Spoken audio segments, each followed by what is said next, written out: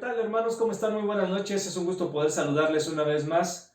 Damos gracias a Dios por este tiempo. Damos gracias a Dios porque en esta noche continuaremos con nuestra enseñanza de el sufrimiento produce fe y la fe fidelidad.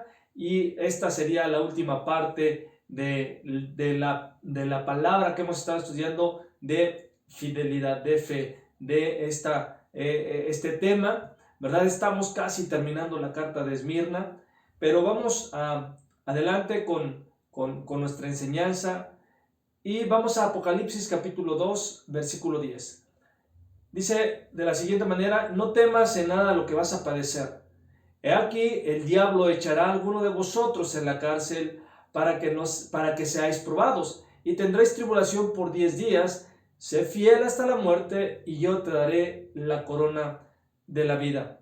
Entonces, esta es la parte que estamos estudiando, la parte B, vamos a llamarlo así, del versículo 10. Sé fiel hasta la muerte y yo te daré la corona de vida. Entonces, les decía, estamos casi terminando ya la carta de Esmirna y vamos a continuar con las demás cartas con la ayuda de Dios, ¿verdad? Así que decíamos en algún momento que nuestra fidelidad está constituida sobre el fundamento y la seguridad de que Dios es fiel. Esa es nuestra fidelidad, esa es la seguridad y nuestro fundamento. ¿En qué? En que Dios es fiel para con nosotros.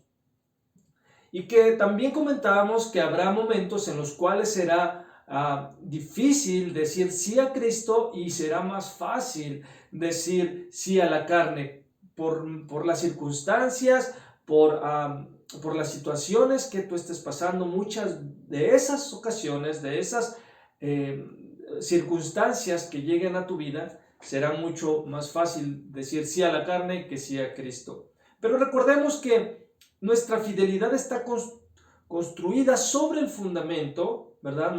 Está construida sobre el fundamento de lo que decía hace un rato, de la fidelidad de Dios. Esa seguridad para poder ser fieles a Dios es que tenemos la certeza y la convicción de que Dios es fiel para con nosotros. Dice la Escritura que Dios es fiel, aunque nosotros seamos infieles, ¿verdad? Él sigue permaneciendo fiel porque Él no se puede negar a sí mismo. Y esa es la seguridad que nosotros podemos tener en el Señor. Amén.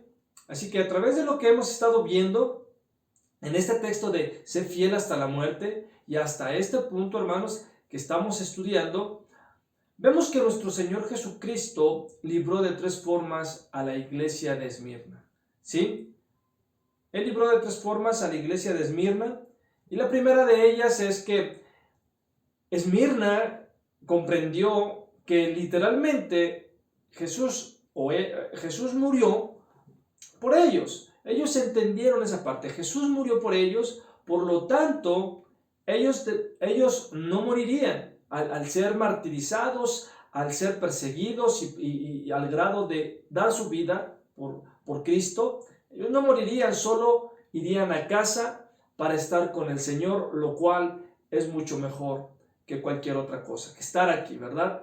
Y lo veíamos cuando Jesús dijo, en el versículo 8 de este mismo capítulo, cuando Jesús le dijo a Esmirna, le dijo de esta manera: el que estuvo muerto y vivió, ¿sí? Entonces, él había experimentado esa parte, y por eso los de Esmirna entendieron, ¿verdad?, que fueron librados de esa manera porque Jesús murió por ellos, y que ellos solamente irían a casa con el Señor. Al ser martirizados, como les comentaba, al ser, aún dar su vida por causa de Cristo, ellos entendieron que simplemente irían a casa, simplemente dejarían de existir en esta tierra, pero para ir a casa, a la morada eterna, ¿verdad?, con Cristo, y que eso es mucho mejor.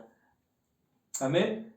El segundo punto o el segundo lugar de lo que como Dios libró a Esmirna, es que también le hizo entender que cuando ellos murieran por Él y por el Evangelio, eso en sí era una forma de derrotar a Satanás y lo convertiría en el triunfo del Evangelio. Y ese es el significado esencial del martirio, ¿sí? Entonces ellos entendieron, o los libró de ese temor, ¿verdad? Por eso dijo, no temas, sé fiel hasta la muerte. Nos libró de ese temor porque entendieron o entendían, ¿verdad? Que al dar sus vidas por causa de Cristo y por el Evangelio, era una forma de derrotar a Satanás, era una forma de convertir, de convertir o, como pudiéramos decir, se convertiría, ¿verdad?, en un triunfo para con el Evangelio, en un triunfo del Evangelio, ¿sí? Entonces ellos fueron librados de esa manera.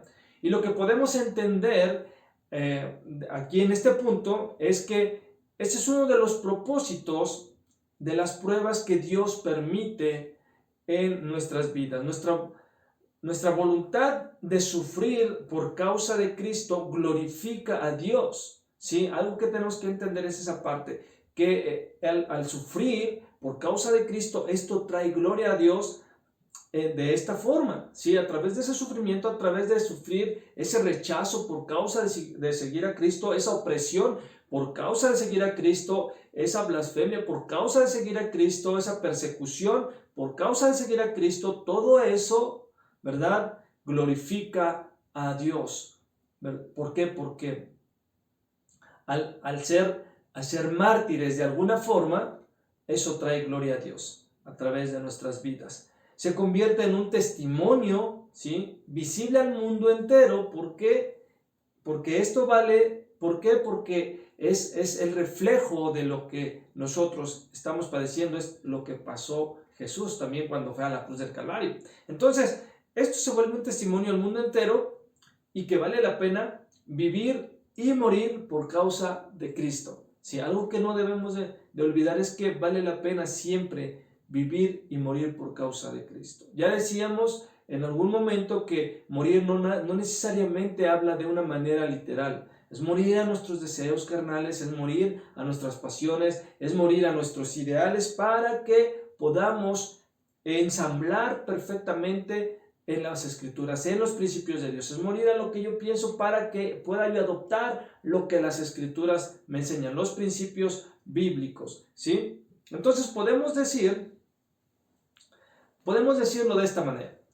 Nuestra voluntad de morir por el Evangelio es una manera de derrotar a Satanás y se convierte en el triunfo del Evangelio. Lo que mencionaba hace un rato, nuestra voluntad de morir, es decir, el estar presto si fuera necesario por Cristo, morir por Cristo, literalmente, bueno, es una manera de derrotar a Satanás y de convertir en el triunfo del Evangelio, ¿sí? En tercer lugar, lo que podemos ver, la forma en que Dios libertó también a Esmirna. Él les enseñó que si estaban llenos de amor, ¿sí?, por las mismas personas que los oprimían, que los perseguían, que los turbaban, ¿verdad?, que los asesinaban, no habría en ellos miedo. Ya no habría en ellos miedo. Ya no habría en ellos miedo. ¿Por qué? Porque no hay temor en el amor. Porque el perfecto amor echa fuera el temor. ¿Por qué? Recuerden que cuando alguien en esta parte, lo que veíamos muy al principio de la carta, el contexto histórico, cultural, el contexto histórico de esta carta, recordemos que cuando ellos o denunciaban o alguien decía que era una persona cristiana, eran llamadas por las autoridades y le preguntaban si en verdad era cristiano, ¿sí? Si alguien decía, fulano de tal es cristiano, entonces esa persona era llamada por las autoridades y le preguntaban si en verdad era cristiano. Si esa persona decía que no o respondía que no, ¿verdad?, para comprobar esta parte de que si era o no era cristiano, le pedían que tomara un poco de incienso y lo vertiera sobre el fuego del altar al César. Recordemos que esa parte, que eso lo veíamos en un inicio. Entonces, cuando esta persona tomaba ese incienso, se le pedía que confesara que César era el Señor. Si la persona hacía esto, recordemos, se le daba un certificado ¿de qué? De que él reconocía o estaba adorando públicamente al César y entonces era puesta en libertad la persona. Sí, pero ¿qué sucedía si la persona decía que que el César no era el Señor. ¿Qué sucedía? Cuando esa persona decía, no puedo decir que César es el Señor porque Cristo es el Señor, porque Jesús es el Señor. Entonces esa persona era llevada inmediatamente a la sala de tortura, ¿sí? Esa persona era llevada a esa sala de tortura y ahí se le torturaba cruelmente, hermanos. Se le torturaba cruelmente todo el día hasta obligarlo a confesar que César era el Señor, ¿sí? Pero si esta persona resistía toda esa tortura, entonces era llevada encadenada y condenada a morir, ¿verdad? Era condenada a morir en la arena, era condenada a morir en la arena, donde recuerden, ya sea que los leones, sacaban los leones al Coliseo Romano y toda la historia que seguramente usted ha conocido o conoce, ¿sí? Entonces, esta persona era torturada y muerta de esa manera cuando en su fe se paraba firme y decía, no, César no es el Señor, Jesús es el Señor.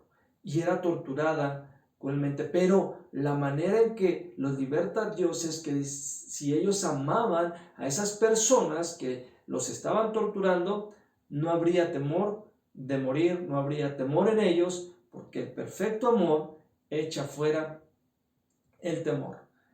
Y déjame decirte esta historia para terminar en esta noche, ¿sí? De un predicador llamado Joseph Tesson, quien fue un exiliado de Rumania. Dijo esto, y cito para ti: cuando me llamaron primero a la sede de la policía secreta en 1974, el oficial estaba molesto conmigo, pues yo no quería hacer lo que me decía. Amenazó con matarme, dice él, y le respondí claramente: señor, déjeme explicarle este asunto de si usted me mata, le dice Joseph al oficial. Usted puede hacerlo, le dijo él, pero señor, usted debe saber que su arma suprema es matar. Pero mi arma suprema, le dijo Joseph, mi arma suprema es morir. Él sigue diciendo, le explicaré cómo funciona esto. Usted sabe que mis sermones están grabados y corriendo por todo el país. Así que, si usted me mata, lo que hará será rociar con mi sangre esos sermones, porque todo el mundo sabrá que he muerto a causa de predicar la palabra de Dios. Todo el mundo que tiene una cinta de uno de mis sermones la tomará y la escuchará de nuevo. Y dirá, yo puedo confiar en el que dice esto, porque él murió por lo que predica. Señor, si mi predicación hablara, dice, Señor, mi predicación hablará 10 veces más fuerte después que me haya matado. Si me mata, de hecho, voy a conquistar esta tierra para Dios por haberme dado muerte, dijo él. Así que adelante, hágalo. Sigue diciendo la historia, este hombre quedó estupefacto. Reflexionó por un momento y dijo, espere aquí durante unos minutos. Al parecer, fue e informó a su jefe, porque cuando regresó, con una voz muy tranquila, me dijo, váyase a casa y veremos lo que va a suceder. Otro aspecto de esta historia se produjo en 1977, cuando esta persona fue acusado, dice él, de traición y me amenazaron, dice, con ser ejecutado. Un interrogador que actuaba muy asustado vino y me explicó que sería mejor que hiciera un acuerdo y así salvara mi vida. Yo tranquilamente le dije, Señor, no hay necesidad de salvar mi vida. Simplemente continúe y le dije, dispáreme. Simplemente continué y le dije, dispáreme, perdón. Estoy preparado para ello. Él explotó en furia y me dijo, ¿Qué clase de hombre es usted? Cuando le digo a alguien que lo voy a matar, esa persona se aterroriza, pero usted sonríe de oreja a oreja y me dice que lo mate. Usted no es normal. Sigue diciendo. El comentario de este varón, Joseph, de esta conversación fue: sí, yo no soy una persona normal, porque yo fui librado del temor a morir. Y me he dado cuenta que no puede hacerle nada a un hombre que no tiene miedo de morir. Él le contesta al que lo pensaba matar. Me he dado cuenta que no puede hacerle nada a un hombre que no tiene miedo de morir. Entonces, ¿cómo podemos concluir en esta noche con la narrativa de la historia de este hombre? Así como la iglesia de Esmirna, podemos concluir que el arma suprema del enemigo, de Satanás, es matar. Él vino a hurtar, matar y destruir. Sí, pero Jesús vino a darnos vida, y esa vida en abundancia. ¿Sí?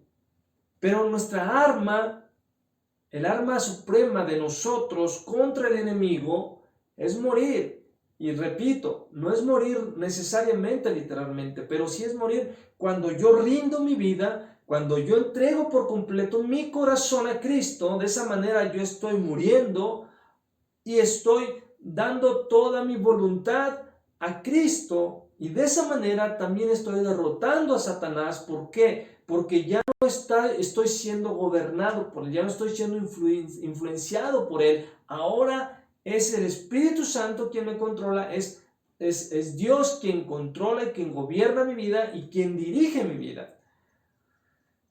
Pero, aunque para algunos, como decía, esto puede significar entregar su propia vida físicamente, sí, para algunos sí. También decíamos que Dios no nos está llamando en este tiempo, en este momento, a hacerlo de una manera literal, pero sí de una manera espiritual, donde tú y yo realmente muramos a nuestra carne, muramos a nuestros deseos, muramos a esas pasiones, muramos a aquello que desagrada a Dios. De esa manera esa es nuestra arma suprema contra el enemigo, la obediencia a Cristo. Amén. Aunque para otros también significa negarse a sí mismo, ¿sí? Hoy para otros significa eso. Entonces, Jesús le dice a Esmirna: no temas por lo que estás por sufrir. Jesús le dice esto a la iglesia sufriente y a cada creyente que sufre: no temas por lo que estás por sufrir. Y en cambio, Él dice: sé fiel hasta la muerte, persevera, y yo te daré la corona de la vida, dice Jesús. Entonces, hermanos, la victoria en todo esto es nuestra sujeción, nuestra sumisión, el amar a los que nos persiguen, el amar a los que nos causan daño. ¿Sí? No temas, porque ese sufrimiento produce fe, y esa fe debe de producir una fidelidad mayor en la vida de nosotros, una fidelidad en nuestras vidas, y es algo que tenemos que ir perseverando todos los días. Entonces, Jesús nos dice: persevera, sé fiel hasta la muerte, y yo te daré la corona de la vida. Y esta parte de la corona de la vida va a ser donde vamos a concluir la carta de Esmirna en las próximas cápsulas. Así que, hermanos, Dios te bendiga. Gracias por estar atento a las cápsulas que se transmiten toda la semana. Te envío un fuerte abrazo a la distancia. El Señor siga guardando de ti, siga ayudándote en todo. Que tengas una excelente noche. Nos vemos en la próxima transmisión. Amén.